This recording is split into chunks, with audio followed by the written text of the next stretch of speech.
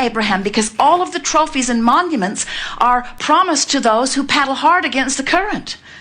And we've heard that after we die, there are even more, you tell us. And we say, if you will allow yourself, you don't even have to turn and go with the flow. You just have to stop paddling. The current will turn you. One of the things that was most evident to Jerry and Esther as they watched this stream, there were some very large boulders, big rocks that were not going with the flow. They were rooted to the floor of the stream. And as the water approached those boulders, it went high in the air, it went around, but it caused great trauma. If those boulders had been moving with the current, it would have not been the harsh experience when they came to the boulder.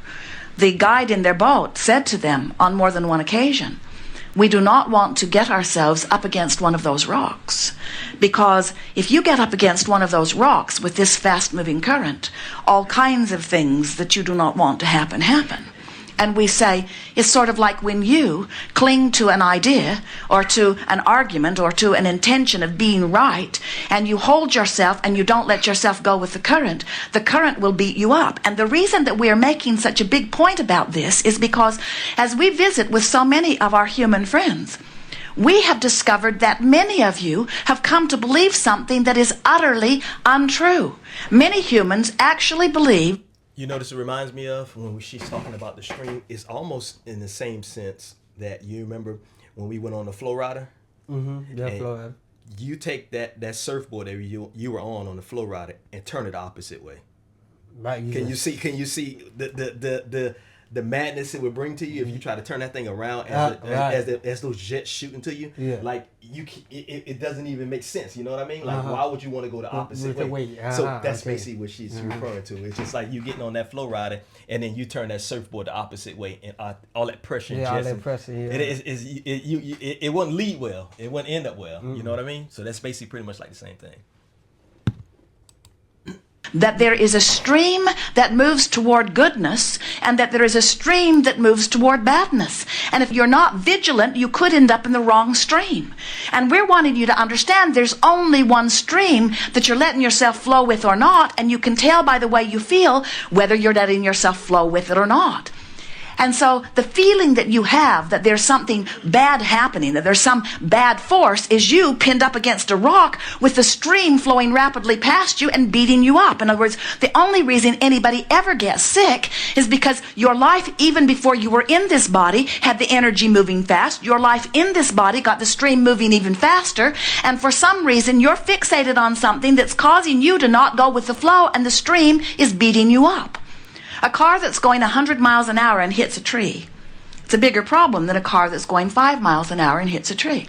So the longer you live life and the more contrast you experience and the more desires that are born within you and the more the source says yes to those desires that are born within you, the faster your stream moves and the more important it is that you go with the flow. That's why the children are healthier than the older people.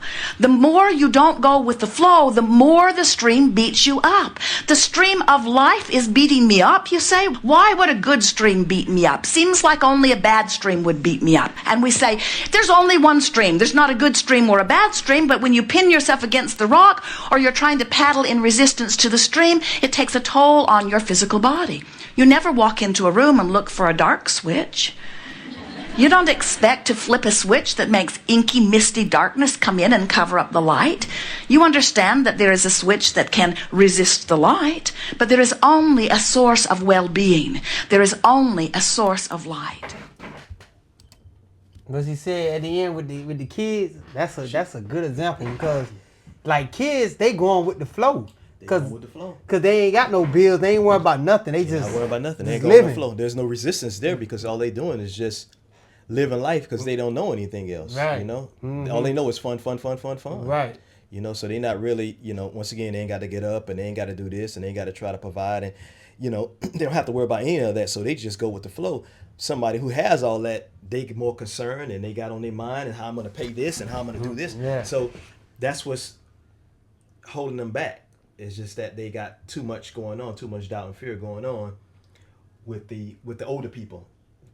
With the kids, nah, they're not worried about that. This will go back to like that's why they say stress kill you. The stress can kill you faster. So because of all that. Well, this is what she was referring to as the stream. So that right. stream going up is causing you stress. It's causing you this and that because you're not going with the flow. Right. So that's basically what it is. Yeah. Yeah. Now that makes sense. That makes sense. Man. All right, we got to close it out. Rick's moment.